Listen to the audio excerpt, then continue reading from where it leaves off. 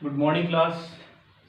आज 26 सितंबर हो चुका है और हमने लास्ट क्लास में जो रूल्स रिलेटेड थे इंटरोगेटिव स्टेटमेंट से और अदर रूल्स भी जो थे वो भी हमने कंप्लीट किए थे। कुछ एग्जांपल्स अपन ने कंप्लीट किए थे और मैंने होमवर्क में भी आपको कुछ एग्जांपल्स करने के लिए दिए थे। आई थिंक आपने वो किए होंगे क्योंकि वो आपका होमवर्क है, वो कंपलसरी आपको करना और सही करना, ठीक है। और आज हम स्टार्ट कर रहे हैं कि हम इम्पेरेटिव सेंटेंसेस को किस तरीके से इनडायरेक्ट स्पीच के अंदर चेंज कर सकते हैं। How we will change imperative sentences into indirect speech. First of all we have to know about what is an imperative sentence, कि इम्पेरेटिव सेंटेंस आखिर होता क्या है, ठीक है। तो imperative sentences are do sentences who gave us the feelings of. Imperative sentence वो sentence होते हैं जो हमें फीलिंग देते हैं, जो हमें सेंस देते हैं, एक सेंस देते हैं समझने की। कौन सी? किसी ऑर्डर को, किसी रिक्वेस्ट को, किसी कमांड को, किसी प्रे को, किसी सजेशन को, किसी एडवाइस को।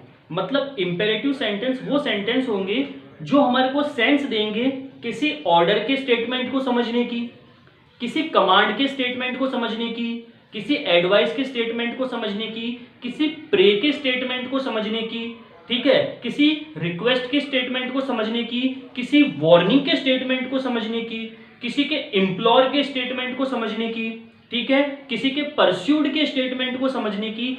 ऐसी जो सेंस देगा, ऐसा सेंटेंस जो सेंस देगा, वो कौन सा सेंटेंस होगा? इंपेरेटिव सेंटेंस होगा। अब देखो मैंने बोर्ड पर भी लिखा हुआ है, वो आप ध्यान से समझो। देखो क्या लिखा है? Those sentences which gives the sense of, वो सेंटेंस जो कि हमें सेंस देते हैं, ठीक है, which gives the sense of order, request, command, pray, suggest, advice etcetera, known as imperative sentences.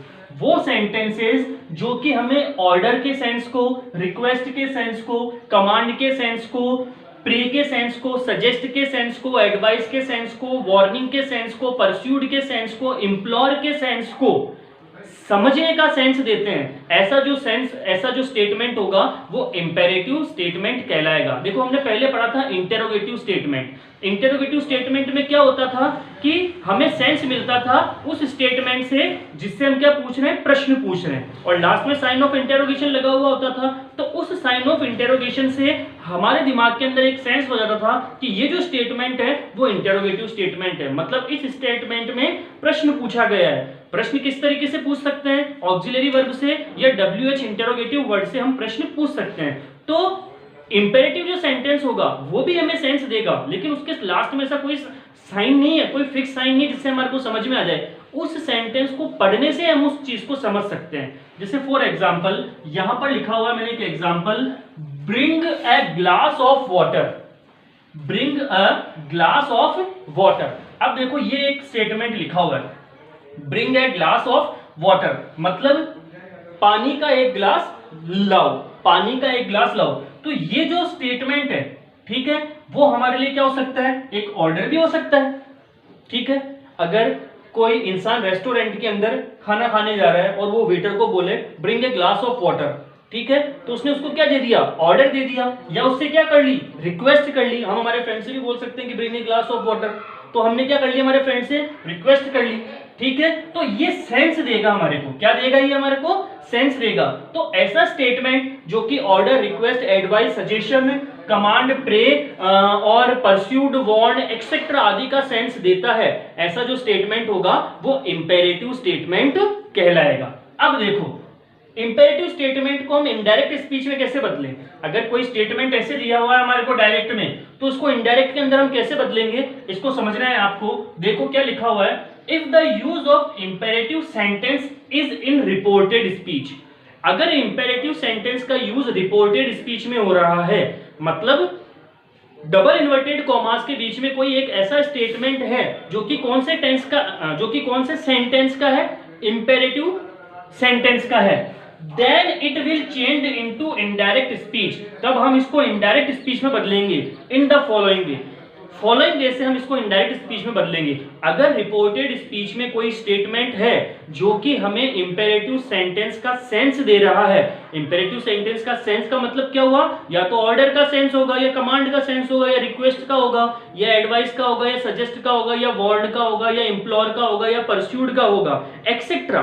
ठीक है, ऐसा जो सेंस दे रहा है, ठीक है, वो सेंटेंस कौन सा होगा, इंपेरेटिव सेंटेंस। और अगर मान लो इंपेरेटिव सेंटेंस रिपोर्टेड स्पीच में है, रिपोर्टेड स्पीच का मतलब डबल इन्वर्टेड कॉमास के अंदर अगर इंपेरेटिव सेंटेंस है, तो उसको हम इनडायरेक्ट स्पीच में किस तरीके से बदलेंगे वो हमारे को समझना है। तो इसका पहला रूल है, आपको ध्यान से देखना है, इसका पहला रूल क्या है कि अगर रिपोर्टिंग वर्ब में से या से टू लिखा हुआ है, अगर रिपोर्टिंग वर्ब में से या से टू लिखा हुआ है, क्या लिखा हुआ है, से या से टू लिखा हुआ है, तो इस से या से टू को हम किस में बदलेंगे, अकॉर्डिंग टू इट्स टेंस, से या से टू। से या से टू अगर बिना विल शैल के लिखा हुआ है तो प्रेजेंट टेंस, ठीक है, और अगर प्रेजेंट टेंस में अगर ये टेंस हो गया तो रिपोर्टेड स्पीच के टेंस में कोई भी चेंज नहीं होगा। और अगर से या से टू विद विल और शैल लिखा हुआ है तो फ्यूचर टेंस, और अगर हमारा रिपोर्टिंग और फ्यूचर टेंस में हो गया तब भी रिपोर्टेड स्पीच के टेंस के अंदर हम कोई भी चेंज नहीं करेंगे।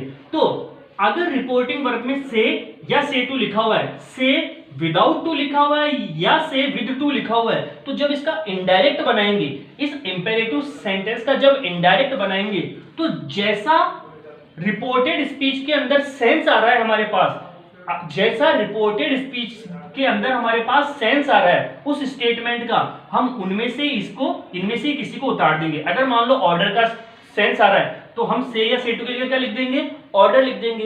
रिक्वेस्ट का सेंस आ रहा है तो हम से या से टू की जगह रिक्वेस्ट लिख देंगे।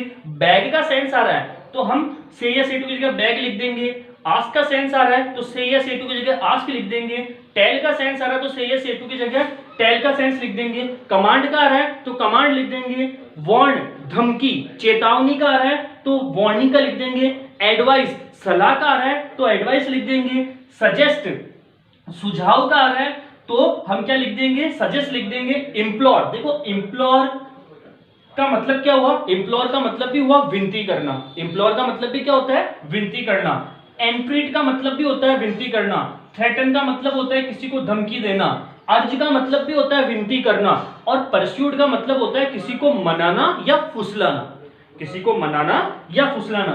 तो इम्प्लोर हो गया, एंट्रेट हो गया और अर्ज हो गया, ठीक है। इन तीनों का मतलब तो क्या होता है, विनती करना। आप लिख लेना इस चीज को, इम्प्लोर, एंट्रेट और अर्ज का मतलब होता है विनती करना, और परस्यूट का मतलब होता है किसी को फुसलाना या मनाना, ठीक है। अगर रिपोर्टिंग वर्ब में से या से टू लिखा हुआ है तो हम इसको इनडायरेक्ट में इस सेंस के अकॉर्डिंग बदलेंगे। जैसा भी हमारा रिपोर्टेड स्पीच का सेंस है हम उसके अकॉर्डिंग इसको बदलेंगे। नेक्स्ट है, अगर हमारे पास रिपोर्टिंग वर्ब में सेज या सेज टू लिखा हुआ है, क्या लिखा हुआ है, सेज या सेज टू लिखा हुआ है, ठीक है।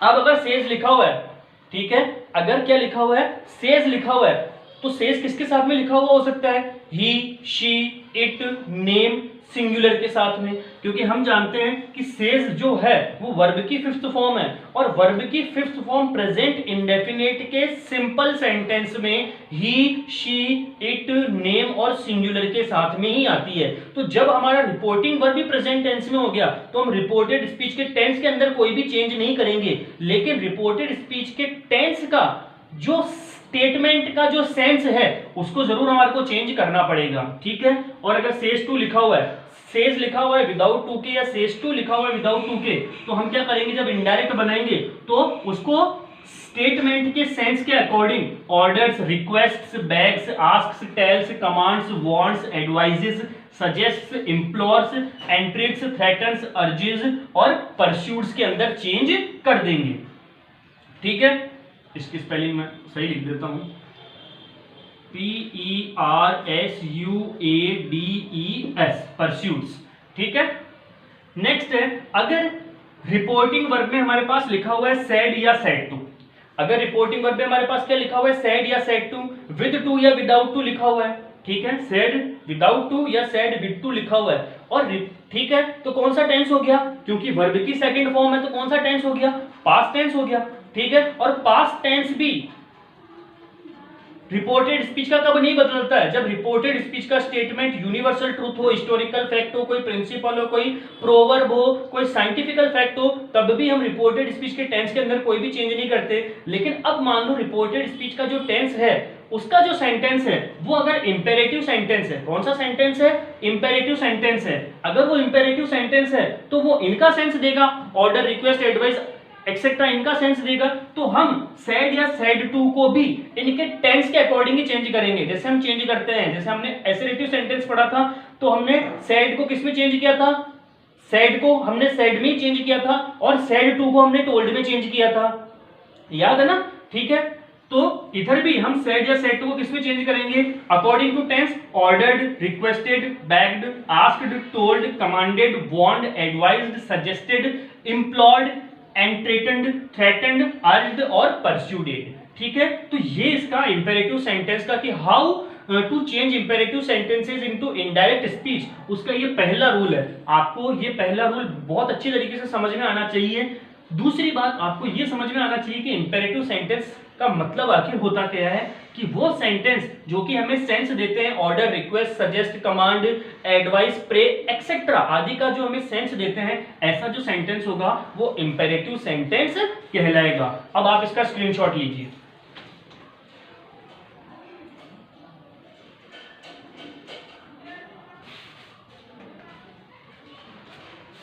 ठीक है, लिख लिया, स्क्रीनशॉट ले लिया। अब हम इसका रूल सेकंड पढ़ेंगे। अब हम इसका रूल सेकंड पढ़ेंगे। आज हम इसके सिर्फ दो या तीन ही रूल पढ़ेंगे और बाकी के रूल हम पढ़ेंगे कल। देखो, दूसरा रूल क्या है कि comma and double inverted comma is replaced by to. Comma और डबल इन्वर्टेड कॉमा किससे रिप्लेस होगा? टू से रिप्लेस होगा। ना यहां पर हम दैट लगाएंगे, ना इफ लगाएंगे, ना वेदर लगाएंगे, ना WH वर्ड लगाएंगे। अगर इंपेरेटिव सेंटेंस है तो कॉमा और डबल इन्वर्टेड कॉमा किससे रिप्लेस होगा? टू से। स्क्रीनशॉट लीजिए इसका भी।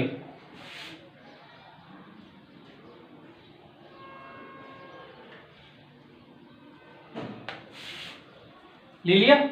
अब देखिए, ये दो रूल्स आज आपको समझने हैं। बाकी के रूल्स मैं आपको नेक्स्ट क्लास में, कल की क्लास में करवाऊंगा, लेकिन ये दो रूल्स ही अभी मैं इस वजह से करवा रहा हूं कि एक छोटा सा टॉपिक हमारा रिमेनिंग रह गया था, उसको मुझे अभी कंप्लीट करना है। और वो टॉपिक सिर्फ 5-10 मिनट का टॉपिक है, ताकि वो टॉपिक अभी का अभी कंप्लीट हो जाए, ताकि हम उसको बाद में नहीं भूलें।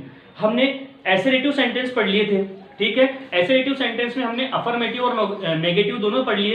अफर्मेटिव में सकारात्मक और नेगेटिव में सिर्फ नॉट का यूज करना होगा। इंटेरोगेटिव हमने स्टेटमेंट पढ़ लिया, और एक हम पढ़ना भूल गए इंटेरोगेटिव नेगेटिव, उसका कोई रूल है नहीं, बस हमारे को बीच में नॉट का यूज करना है। तो उससे रिलेटेड हम कुछ एग्जाम्पल करेंगे पहले, ठीक है, उससे रिलेटेड हम कुछ एग्जाम्पल करेंगे। आप क्या करना कि आपने यहां तक लिखा है ना, ठीक है, यहां तक लिखा है ना, इसके बाद में, इसके लिखने के बाद में आप 20 लाइन्स, 20 लाइन्स या एक पेज, एक तरफ का एक पेज छोड़ देना।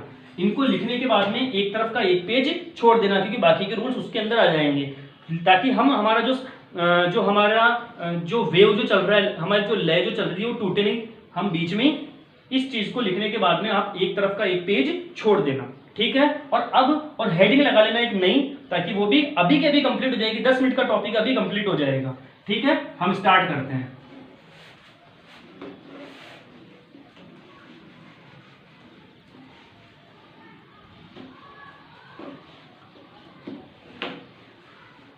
हमें कुछ एग्जाम्पल्स ही करने सिर्फ उससे रिलेटेड।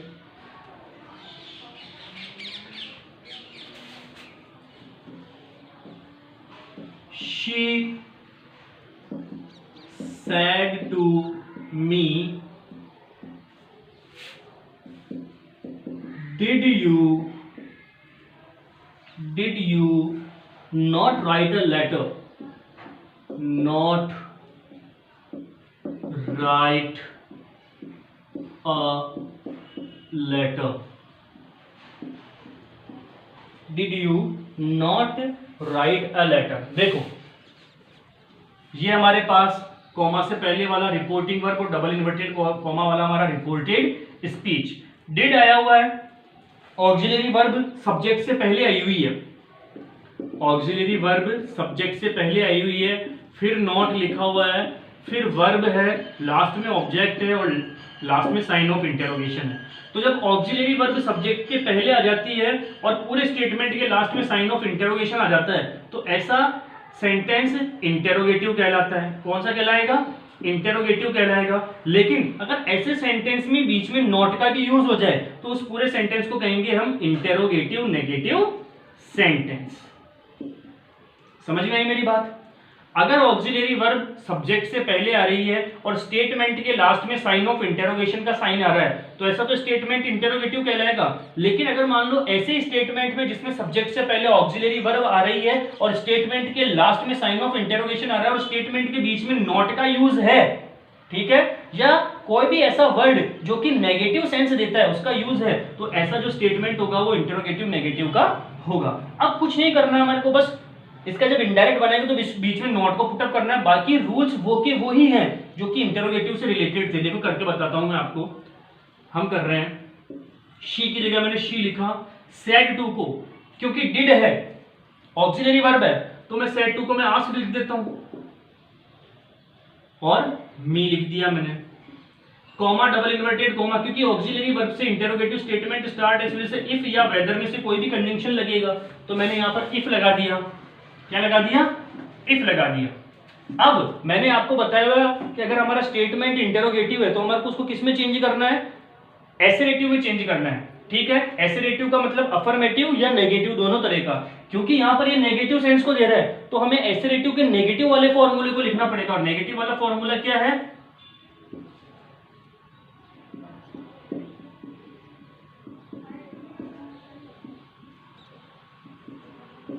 इस वाले फॉर्मूले के हिसाब से हमारे को इनडायरेक्ट स्पीच को चेंज करना पड़ेगा, इस वाले फॉर्मूले के हिसाब से। तो देखो शी आस्क्ड मी इफ। अब बताओ रिपोर्टेड स्पीच का सब्जेक्ट क्या है? रिपोर्टेड स्पीच का सब्जेक्ट है यू, जो कि हमारा सेकंड पर्सन का प्रोनाउन है। ये चेंज होगा रिपोर्टिंग वर्ब के ऑब्जेक्ट के सब्जेक्ट के अकॉर्डिंग। रिपोर्टिंग वर्ब का ऑब्जेक्ट है मी का सब्जेक्ट बनेगा इफ, आई। मी का सब्जेक्ट क्या बनेगा? आई। तो देखो सब्जेक्ट की जगह सब्जेक्ट आ गया। अब क्या आएगी? Auxiliary verb. अब मुझे बताओ डिड कौन से टेंस की हेल्पिंग वर्ब है? डिड है पास्ट टेंस की हेल्पिंग वर्ब, पास्ट इंडेफिनिट की हेल्पिंग वर्ब। और अगर पास्ट इंडेफिनिट डायरेक्ट में है हमारे पास तो जब इसका इनडायरेक्ट बनाएंगे तो किसमें चेंज होगा? पास्ट परफेक्ट में। किसमें चेंज होगा? पास्ट परफेक्ट में। अब जब पास्ट परफेक्ट में चेंज होगा तो क्या आएगा? हेड प्लस वर्ब की third form. Head plus verb की थर्ड फॉर्म आएगी। तो यहां पर देखो ऑक्सिलरी वर्ब क्या आएगी हमारे पास? हेड। उसके बाद क्या आएगा हमारे पास? ये नोट। अब वर्ब की थर्ड फॉर्म लिखनी है। वर्ब है हमारे पास राइट, इसकी थर्ड फॉर्म होती है रिटन, और लास्ट में लिखना है अ लेटर, और लास्ट में क्या लगाना है? Full stop. She asked me if I had not written a letter. ठीक है, स्क्रीनशॉट लीजिए इसका।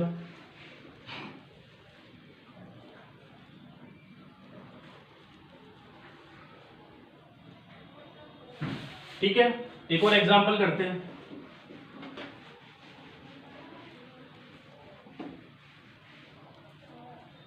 लिखा हुआ है he said to me,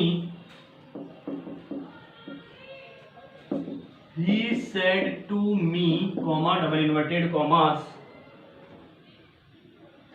how do you not know me? How do you not know me? अब देखो इसको समझो। ही की जगह ही लिखा, सेड टू को मैंने बदल दिया आस्क्ड में। किसमें बदल दिया?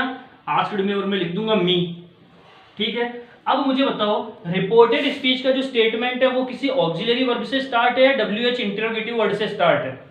वो स्टार्ट है हाउ से। किससे स्टार्ट है? हाउ से। और हाउ है एक WH इंटरोगेटिव वर्ड। हाउ क्या है, एक WH इंटेरोगेटिव वर्ड। अब जब रिपोर्टेड स्पीच का स्टेटमेंट एक WH वर्ड या WH इंटेरोगेटिव वर्ड से स्टार्ट है, तो कॉमा और डबल इन्वर्टेड कॉमा को हटाने के लिए ना तो हम दैट का यूज करेंगे, ना इफ का यूज करेंगे, ना वेदर का यूज करेंगे, वो WH वर्ड ही एज ए कंजंक्शन हमारे लिए वहां पर काम करेगा। तो ही आस्क्ड मी हाउ। अब क्योंकि इंटरोगेटिव स्टेटमेंट है, ठीक है, तो ये किस स्टेटमेंट में चेंज होगा, एसरेटिव में। किसमें चेंज होगा, एसरेटिव में चेंज होगा। अब मुझे बताओ, how do you not know me, how do you not know me, तो मतलब सबसे पहले तो WH वर्ड आ गया, फिर आ गई ऑक्सिलरी वर्ब, फिर आ गया सब्जेक्ट, फिर आ गया नॉट, फिर आ गई वर्ब, फिर आ गया ऑब्जेक्ट और लास्ट में आ गया साइन ऑफ इंटरोगेशन। ठीक है, ये इसका वाला फॉर्मूला। अब ये चेंज किसके अकॉर्डिंग होगा कि अब ये चेंज किसके अकॉर्डिंग होगा, एसरेटिव सेंटेंस के अकॉर्डिंग चेंज होगा। तो हम क्या लिखेंगे, इसका फॉर्मूला क्या लिखेंगे, सब्जेक्ट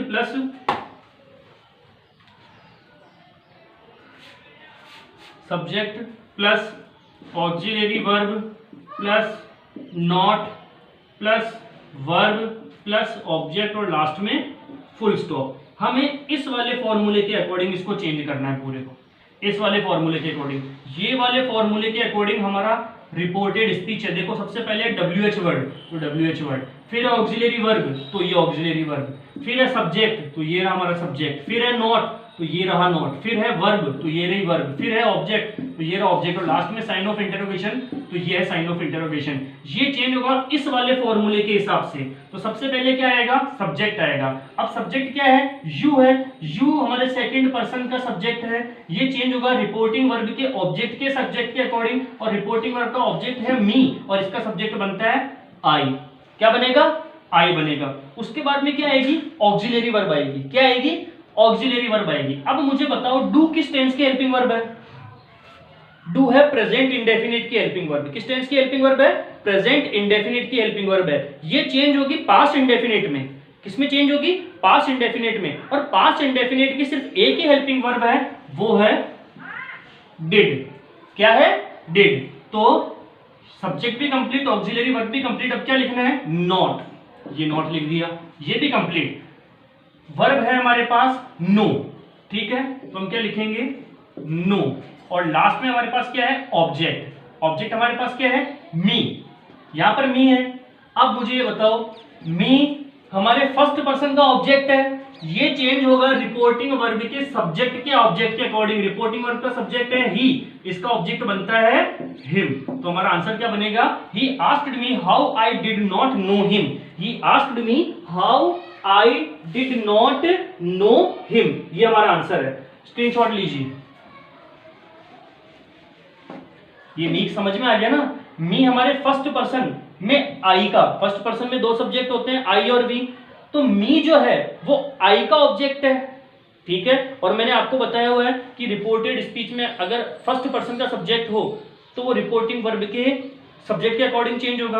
अब यहां पर हमारे पास फर्स्ट पर्सन का ऑब्जेक्ट है, तो ये रिपोर्टिंग वर्ब के सब्जेक्ट के ऑब्जेक्ट के अकॉर्डिंग चेंज होगा। रिपोर्टिंग वर्ब का सब्जेक्ट है ही और इसका ऑब्जेक्ट बनता है हिम। इस वजह से हमने यहां पर क्या लिखा है, हिम लिखा है। समझ में आई मेरी बात, स्क्रीनशॉट ले लिया। एक एग्जांपल एक और करते हैं। ये पोर्शन आपका इंटरोगेटिव नेगेटिव का भी कंप्लीट हो जाएगा।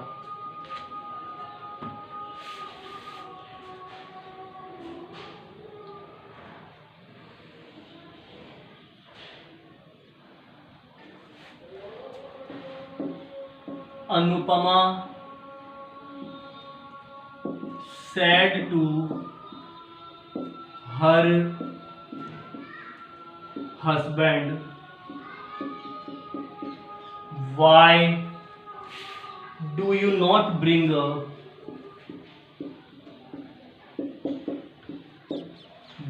a watch for me? Watch for me. अब देखो, ये कॉमा से पहले वाला रिपोर्टिंग वर्ब और डबल इन्वर्टेड कॉमा में जो रिपोर्टेड स्पीच चेंज करते हैं। अनुपमा सेड टू को मैं चेंज कर रहा हूं आस्क्ड, हर हस्बैंड, ठीक है, अनुपमा आस्क्ड हर हस्बैंड। अब देखो रिपोर्टेड स्पीच WH वर्ड से स्टार्ट है, तो ना इफ आएगा, ना वेदर आएगा, ना टू आएगा, वो WH वर्ड ही ऐसे कंजंक्शन की तरह काम करेगा, ठीक है। अब देखो डू है, कौन से टेंस की हेल्पिंग वर्ब है, कौन से टेंस की हेल्पिंग वर्ब है, प्रेजेंट इंडेफिनिट की। चेंज किसमें होगा, पास्ट इंडेफिनिट में। चेंज किसमें होगा, पास्ट इंडेफिनिट में। तो फॉर्मूला क्या लगेगा,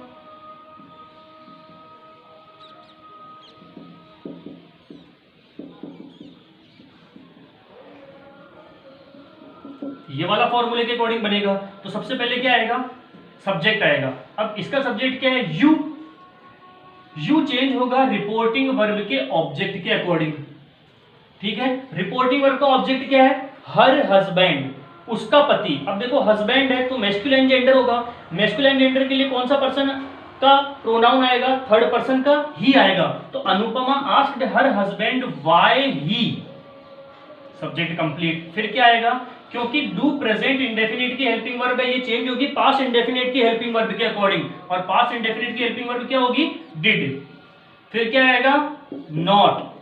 फिर वर्ब की first form bring, A watch, a watch, four.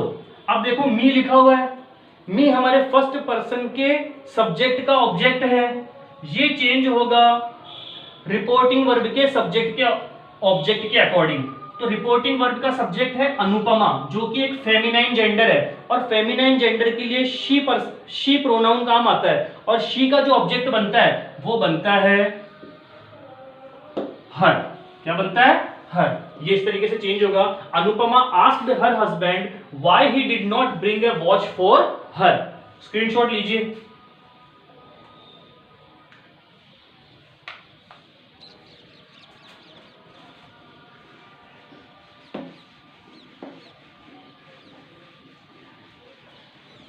तो ये हमारे इंटेरोगेटिव नेगेटिव से रिलेटेड भी एग्जांपल्स कंप्लीट हो गए हैं।